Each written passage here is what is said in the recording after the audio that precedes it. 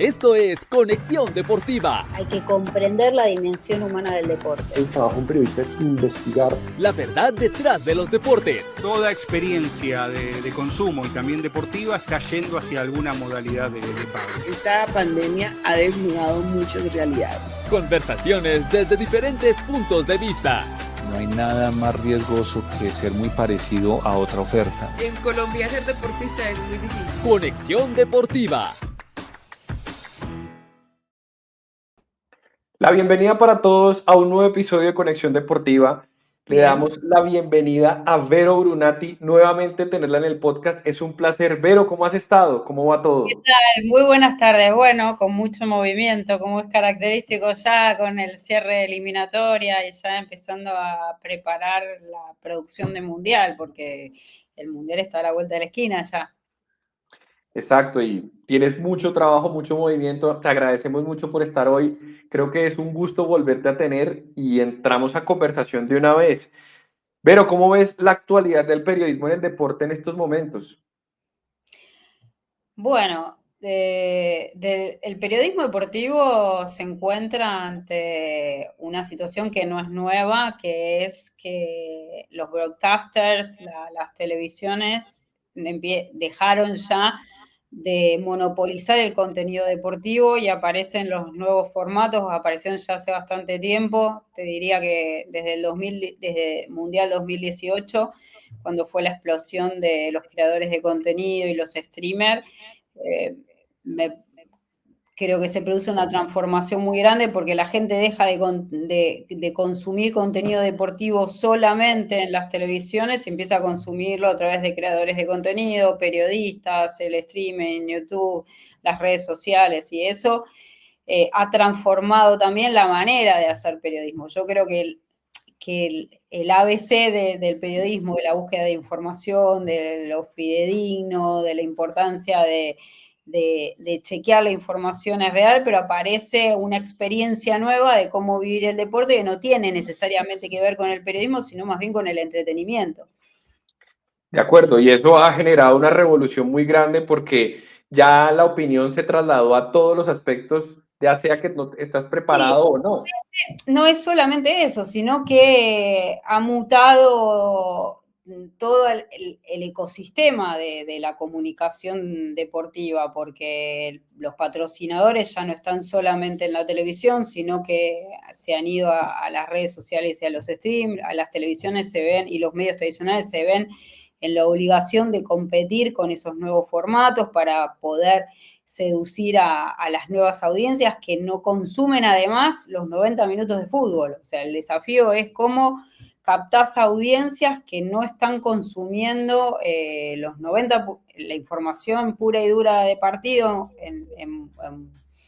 sino que además le tenés que dar una experiencia adicional de información, de contenido visual, de juegos, que yo creo que por lo que vengo viendo en el Mundial del 2026 se va a profundizar todavía más con las experiencias de metaverso, de la IA. Vamos hacia una transformación muy, muy grande del consumo no solamente deportivo, sino del entretenimiento. De acuerdo, y eso va a generar un impacto a nivel mundial con el aumento también de tantos equipos o tantas selecciones en el mundo.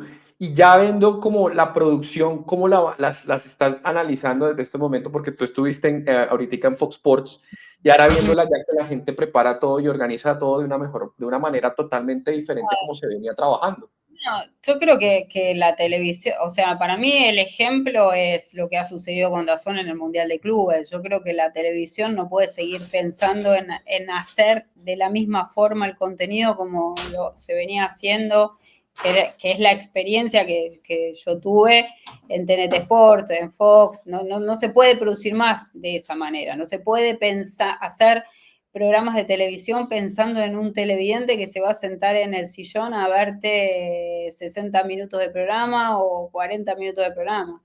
Y el desafío de la televisión es cómo seguir siendo competitivos, cómo seguir captando audiencias cuando tu competencia ya no es solamente las otras televisiones, sino que son las redes sociales, son las plataformas, son otras ofertas de entretenimiento. Y eso genera mucha variabilidad y también cierto tema de egos que se están tocando cada vez más complicado. Sí, de hecho, por ejemplo, digamos, absurdo, muchos periodistas se han quejado de o critican cómo producen los creadores de contenido. Y los creadores de contenido digamos, es absurdo porque ellos tienen sus audiencias, o sea, trabajan mucho para producir el contenido.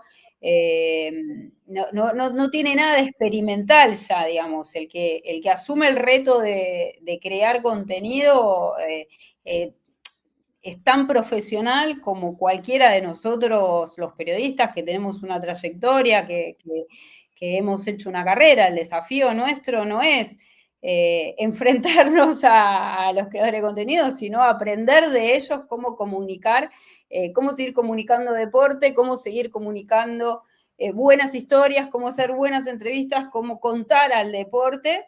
Y hacerlo a través de los nuevos formatos y para los nuevos lenguajes.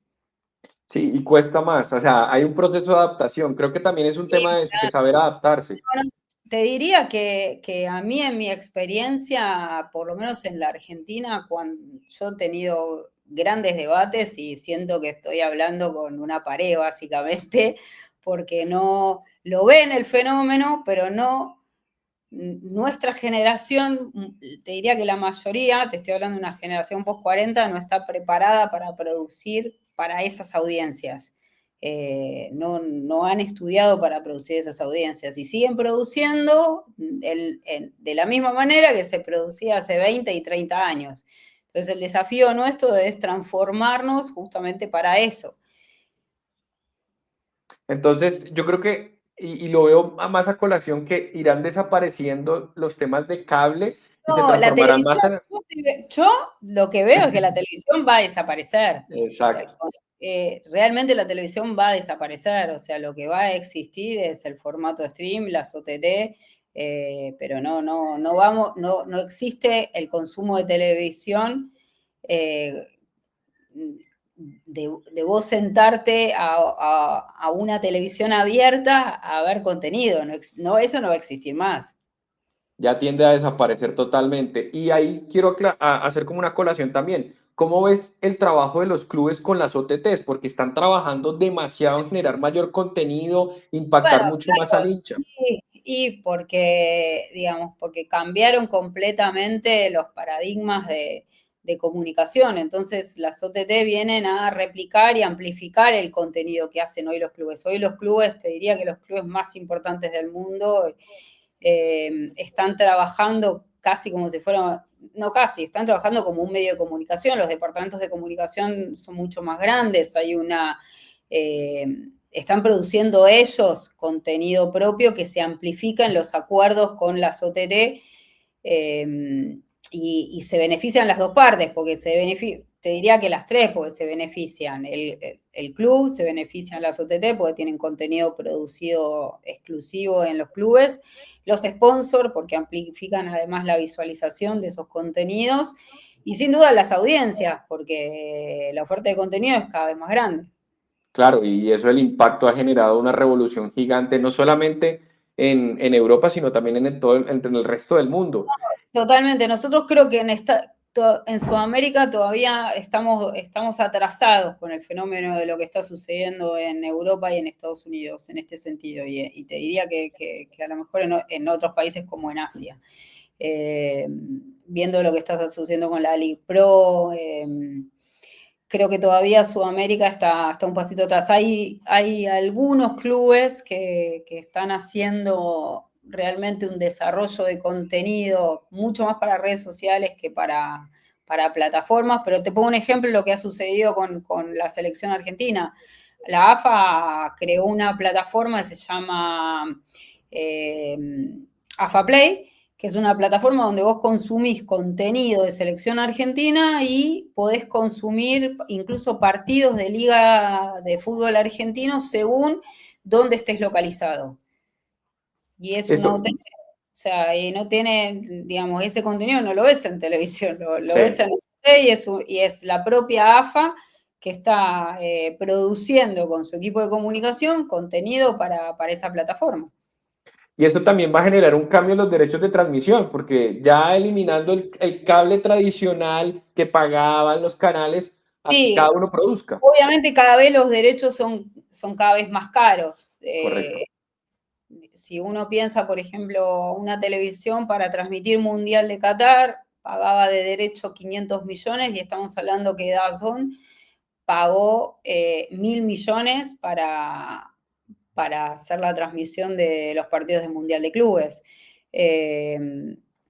Lo que tiene eso siempre también es que obviamente hay una disputa que se monopoliza que tiene que ver con las plataformas más poderosas para poder pagar esos derechos. O sea, lo que sucedió con DAZN en el Mundial de Clubes, de que le amplificó la distribución de contenido dándole gratis partidos a creo que fueron 50 televisiones del mundo, creo que eso es un antecedente que en realidad muestra el poder de negociación y de captación y cómo se puede amplificar contenido. Fue una estrategia magistral porque ellos no están pensando solamente en el Mundial de Clubes, sino en todas las competiciones que se vienen. Y eso se vio, porque sinceramente yo utilicé DAZN en el momento del Mundial. Claro. Y te genera un impacto que todo el mundo está cobrando cierto valor y ellos no cobraron nada, todo el mundo entró gratuito Sí, bueno, por eso te digo, apareció alguien que puso los fondos para poder desarrollar eso y amplificar la distribución de contenido, que rompió con un paradigma, porque antes una televisión pagaba por los derechos, hacía el contenido y solamente podías ver el contenido que hacía esa televisión en la televisión. Hoy, en realidad, una televisión, por ejemplo, yo trabajé para Telemundo. Telemundo ya en Mundial de Qatar había creado una OTT que se llamaba Peacock y nosotros estábamos como periodistas produciendo contenido para la televisión, pero en paralelo el contenido que producíamos con un equipo de redes sociales y de comunicación estaba subiendo contenido a la OTT que era Peacock. Y eso se produce porque también las televisiones se ven obligadas, primero, a amplificar audiencia y a conquistar nuevas audiencias, y segundo, porque tienen que ofrecerles a los patrocinadores nuevas formas de visualización y nuevos deals y nuevas experiencias para llegar a más audiencias. La competencia por tener patrocinadores es muy grande también. Y ahí entran también los deportistas, porque los deportistas se han puesto las pilas en mostrar lo que hacen en su día a día en todo sentido. Sí, yo creo que los deportistas se convirtieron en su marca personal, como todos los seres humanos en este mundo, amplificado porque son figuras públicas. Yo creo que hay algunos que lo hacen mejor que otros, pero sin duda que la comunicación en los deportistas se ha convertido en algo que sí o sí tienen que profesionalizar. Antes no hablábamos de esto, había muy pocos deportistas que invertían en su comunicación, ¿no? Y además son marcas personales que representan, que tienen patrocinadores, que comunican, por supuesto, valores, principios, un estilo de vida, la manera de sentir del deporte, pero te diría que no son tantos los deportistas que lo están haciendo bien, sobre todo en el fútbol. En otros deportes veo una evolución mucho mayor. Y eso también es oportunidad porque ellos tienen su propia audiencia. Sí, totalmente, y uno se ve impactos, casos como ahorita que se retiró Crevi, el rugby argentino, empezó a hacer su propio contenido, también otros tenistas. Lo de Crevi es tremendo, claro. Ahora, por ejemplo, mirá, en un deporte tan tradicionalista como es el rugby en la Argentina, yo creo que si él hubiese seguido jugando profesionalmente, no lo hubiese podido hacer. Y por otro lado, qué lástima, porque qué valioso para humanizar a los Pumas con todas las cosas que han sucedido con los Pumas, que no tienen nada que ver con ellos como deportistas, ¿no? Porque hay deportistas ejemplares dentro de los Pumas y Pero qué bueno que hubiese sido que una persona como él, siendo Puma todavía, hubiese comunicado de esa manera. Pero bueno, ya te digo, todavía el tema de la comunicación, los deportistas, las federaciones, los clubes, todavía hay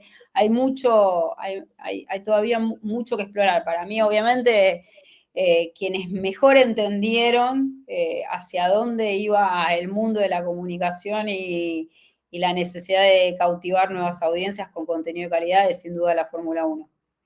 Totalmente. Y ellos fueron el impacto que ha revolucionado. La NBA está teniendo problemas ahora. La NBA está teniendo problemas porque está bajando la audiencia. Así Y es un tema complicado, demasiado complicado, diría yo. Ahora compraron MotoGP también, entonces ahora abrieron la gama para poder impactar mucho más. Sí, tal cual. Pero, ¿cómo ves el trabajo de comunicación actualmente en la selección argentina? Porque tú estás muy relacionado con ellos y a mí me tiene muy sorprendido. Sí, a ver, a mí no me gusta hablar de mis colegas, o sea, hay un equipo de comunicación trabajando con selección argentina, yo creo que es muy positivo que la selección argentina tenga cuentas en 6 idiomas, porque eso también tiene que ver con una estrategia de amplificación de marca de selección argentina. Hoy la selección argentina, gracias al trabajo de Leandro Petersen, que es el director de comercial y de expansión de la marca AFA Selección, es una marca que está en los 5 continentes, o sea, ofreciendo productos, servicios, experiencias, con una selección argentina que, por ejemplo, lo va a viajar en las próximas fechas FIFA a la India, que es un mercado muy grande, ha viajado a Asia, a China. Yo creo que esa estrategia de comunicación es una estrategia que es única, es pionera en el mundo, no hay otra selección en el mundo que tenga la penetración que tiene selección argentina. Obviamente hay una realidad, la selección argentina tiene a Lionel Messi, pero además de Lionel Messi hay que hacer un trabajo muy, muy planificado que llevó 10 años, que permitió esa expansión. Y eso es mérito de 100% de Leandro y de su equipo comercial. Y va a seguir creciendo y ya tienen un plan para cuando Messi se retire de la selección. Después la selección argentina ha innovado, por ejemplo, en el stream y por ejemplo, después en el Mundial se dieron casos, algunos más exitosos que otros, de stream en competencia. Están haciendo contenido durante los entrenamientos de Argentina, los viajes, eso también es nuevo y ya te digo, el contenido que existe en AFA Play, pero todavía yo creo que Selección Argentina tiene mucho más para explorar y tiene AFA Studio también, que es su propia OTT en la que generan información, generan debate, tienen programas de entretenimiento, que también es bastante novedoso. Todas esas maneras todos esos proyectos son proyectos que fortifican la imagen de Selección Argentina. Han tenido un cambio importantísimo, una revolución importante. Obviamente creo que falta, como tú lo dices, pero hay una evolución. Y ahí quiero ir a colación con otro tema. ¿Cómo ves la participación de los deportistas en los diferentes podcasts? Porque tú ves Sky Sports con Overlap, que es un fenómeno en Inglaterra con Jamie Carragher, Gary Neville. Eso todavía no se ve a gran colación acá en Sudamérica. Creo que te falta mucho más.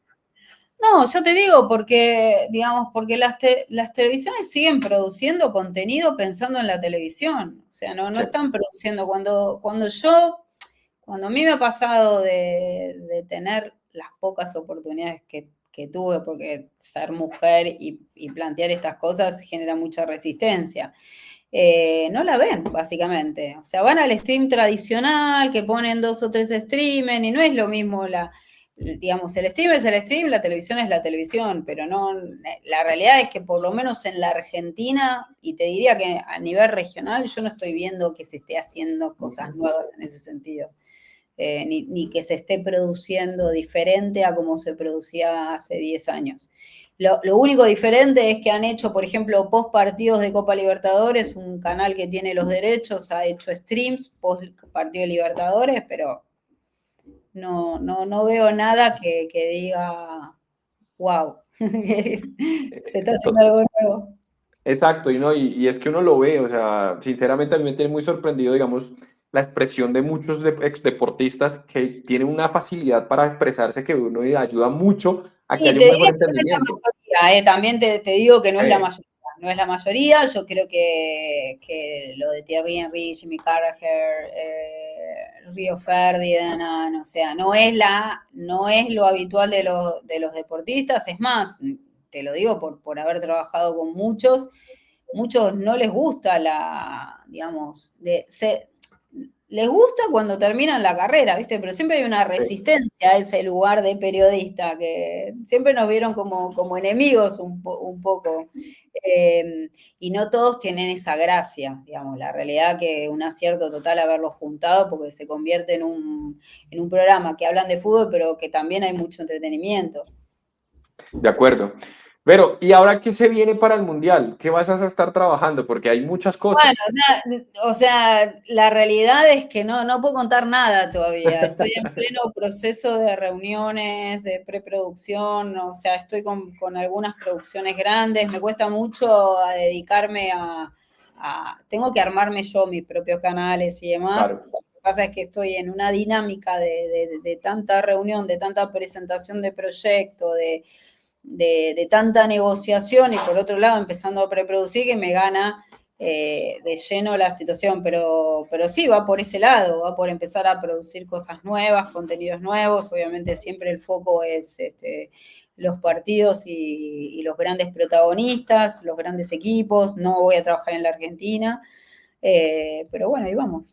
Espero que te pueda contar muchas novedades pronto, o sea, Claro que sí. No, obvio, y es que todo tiene que estar bajo la mesa hasta que pueda sacar el proyecto adelante. Total. Por ahora mejor en silencio, que no me vean venir, vamos tranquilos, trabajando. Y el golpe se dará en cualquier momento. No, no, pero de verdad que es un gusto poder conversar contigo. ¿Cómo ves? Yo creo que la última pregunta antes de que terminemos. ¿Cómo ves ese trabajo de 3 países de antes de pasar de uno, que era un espacio pequeñísimo, a pasar a 3? ¿En qué? ¿Yo mi trabajo en general? En general, de todas Mira, yo las creo que, personas. digamos, hoy la realidad es que yo no puedo pensar como una periodista argentina. Yo primero nunca pensé solamente como una argentina, como argentina, siempre tuve una mirada más global. O sea, en realidad nosotros somos periodistas, pero somos productores de contenido y digamos, yo no puedo no mirar lo que está sucediendo en otro lado. Entonces hay oportunidades de trabajo las oportunidades que yo tengo de trabajo están fuera de mi país, es una realidad, yo no puedo hacer lo que quiero hacer en mi país, entonces tengo que buscar oportunidades afuera, esa es la realidad. Ahora, yo te diría que en cualquier profesión uno tiene que estar, hoy, digamos, sí, podés vivir en la Argentina, pero podés trabajar en cualquier parte del mundo. O sea, lo que pasa es que los que tenemos la experiencia freelance siempre trabajamos de esa manera. Obviamente que el desafío también es esto, ¿no? Aprender a producir contenido en otras plataformas, lleva también su tiempo, pero la realidad es que el periodista que piensa que va a llegar a un medio de comunicación, que ese medio lo va a validar y que va a estar muchos años trabajando en ese medio de comunicación, eso ya no existe más. Totalmente de acuerdo, pero hay casos como acá que ocurre que hay una cláusula de confidencialidad que no te permite hacer mucho más. Es que es un tema También, complicado. en Argentina también, yo por eso, digamos, yo tuve mucha resistencia. Yo en Argentina, la realidad es que yo soy una persona muy inquieta. Si yo me quedaba en el rol que a mí me han dado algunos medios de comunicación en la Argentina y nunca hubiese hecho ni el 1% de las cosas que hice. O sea, porque cuando le explicás a un medio de comunicación que necesitas ir a cubrir una final de Champions, y el medio de comunicación quiere que vos estés ahí las 12 horas metido dentro de un canal, produciendo o no haciendo o no produciendo, ¿no? O sea, tenés que estar ahí. Y no ven que en realidad el valor de un periodista es los contactos, es la experiencia, es el roce en las grandes competiciones, entonces hay mucha resistencia. Imagínate siendo mujer además, ¿no? Que le planteas estas cosas y bueno, todavía es mucho peor. Hay mucha resistencia todavía, todavía no hay una libertad. Yo no, digamos, yo francamente no, el trabajo que yo hago habitualmente, yo en la Argentina no lo puedo desarrollar. O sea, yo en Argentina no, primero que no lo pagan, y segundo que no te dan el respaldo para desarrollarlo. Si yo, por ejemplo, ahora o el trabajo que hice para Telemundo, yo a Telemundo le dije, vamos a hacer, no sé, vamos a hacer una gira y vamos a hacer 5 entrenadores de Premier, tienen derechos de Premier, por ejemplo. Yo hice una gira, 10 días, 5 entrenadores de Premier, y lo hice. Y yo planteo lo mismo en un canal de Argentina, que tiene los derechos. No te determina nada. No, bueno, y además, dime. bueno, tiene que ver con los procesos, con que a lo mejor económicamente no están dispuestos a asumir el reto de lo que eso representa, no ver también cuál es la ganancia o cuánto podés amplificar en audiencia dándole otro tipo de contenidos. Entonces, viste, realmente yo no lo pude resolver y me fui a trabajar afuera.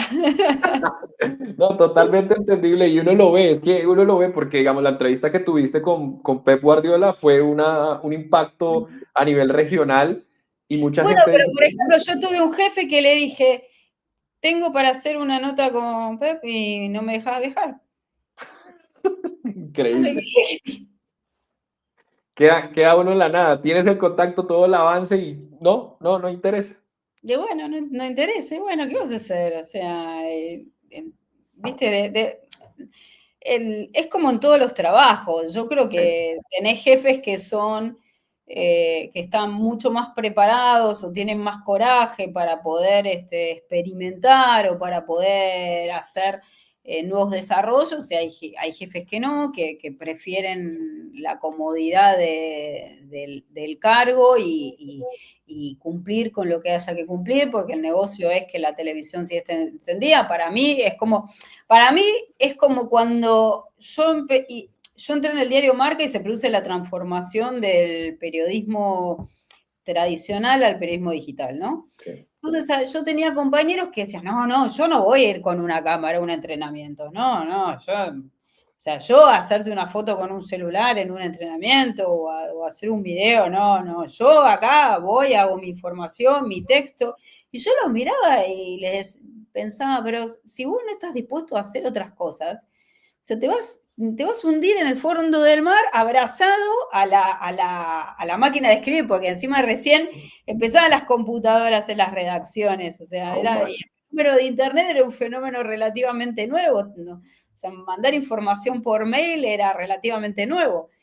Y esto es lo mismo, o sea, el periodista que crea que va a poder hacer periodismo como lo hizo hace 10 años es imposible. Se va a quedar sin trabajo, inevitablemente. Habrá algunos que mantendrán durante su puesto mientras existan esos medios de comunicación, pero el resto está sufriendo en un nivel de precarización muy grande.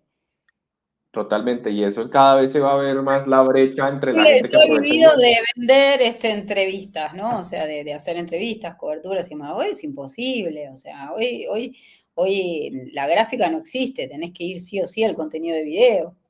Correcto, totalmente de acuerdo.